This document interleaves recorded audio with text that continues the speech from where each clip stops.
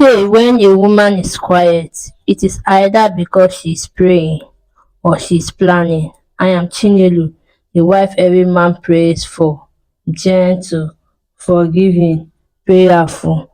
But in Lagos, even a lioness needs claws. This is the story of how I exposed my husband's side chick by serving her breakfast in her own apartment. I ran a successful interior design business from home, covered our rent in Gbagada, even supported his sister. Yet I stayed humble, quiet, supportive. For 7 years, I married Tobina, a tall, charming civil engineer. To the world, he seemed perfect, but behind closed doors, I carried the marriage. Every evening, I cooked his favorite egusi with goat meat. Every morning, I laid out his shirts and polished his shoes. Even when he came home smelling of perfume, I swallowed my questions and smiled because I was raised to believe that a good wife endures. But endurance has its limits, and my limits had quietly passed.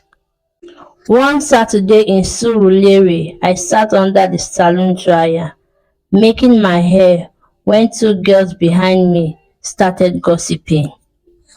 She just got a brand new iPhone and a Samsung tab. The guy she's dating is married. Their voices carried, and when they mentioned the name Cassie, my chest sank. She was the same girl my husband introduced as a friend of a colleague. That night, after Tobina slept, I did something I had never done before. I unlocked his phone using the fingerprint he had once entered on my device. What I saw almost broke me. Photos, voice notes, hotel bookings. She wasn't a fling. Cassie was his second home. One message read, "Your mumu wife still thinks she's your queen. Meanwhile, I'm the one in your bed." I read until my eyes burned, closed the phone, walked to the mirror. My reflection, still calm, but something inside had shifted. I didn't confront him that night. Instead, I prepared. First, a sharp, classy jumpsuit from my tailor.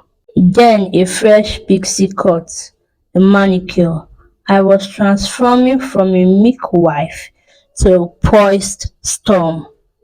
I cooked a breakfast spread, akamu, akara, yam in egg sauce, pepper stew, golden plantain.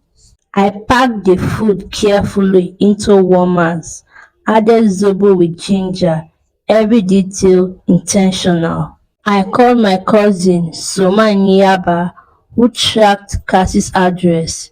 In less than 24 hours, I knew exactly where she lived. Sunday at 9:30 a.m., I drove through Lekki Phase 1, tray of food beside me. At the gate, the guard hesitated. "Madam, she doesn't see guests on Sunday morning, so."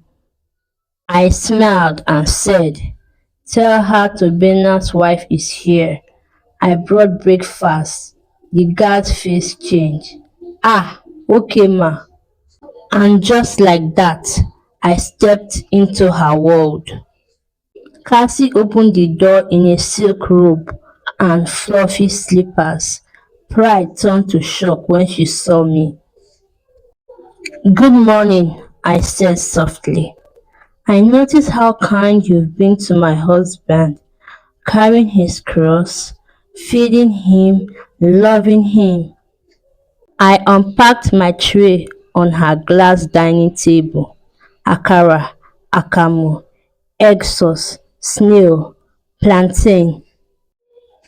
I poured zobo with ginger. "Your favorite, right?"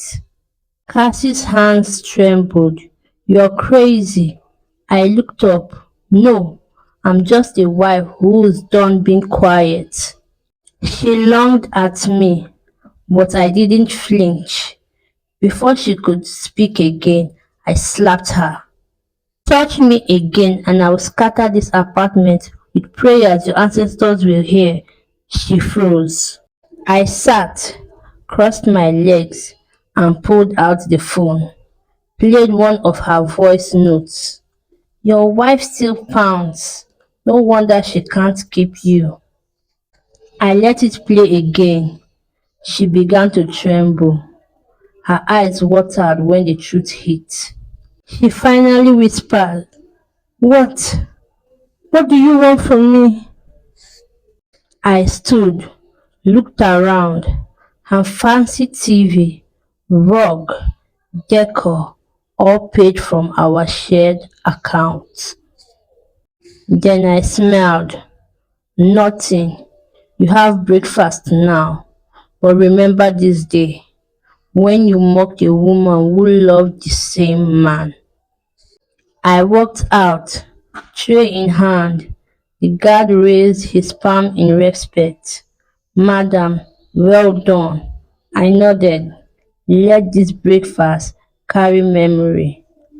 That evening, Tobina returned to find me sitting with my bags packed. He asked, Where are you going? I replied, To find peace, something you stopped giving when you let her mock me. He looked stunned. I raised the phone, played the chat, the voice notes. His face fell. He stammered. It wasn't serious. I smiled. Neither is this marriage. Then I walked out. 1 year later, I lived in my own apartment in Ikeja. My business has grown. I even launched a women's empowerment channel. I film myself with a ring light, steady and confident, speaking to thousands of women. Cassie, she was evicted from the Lekki place after Tobina's account froze. Last I checked, she's dating a married pastor in Festac. Tobina, he sends long text messages every couple of months. I don't reply. I am thriving. He is lost. And I walk in peace because silence is not weakness. They say silence is dangerous, especially when it comes from a woman who has learned to wait.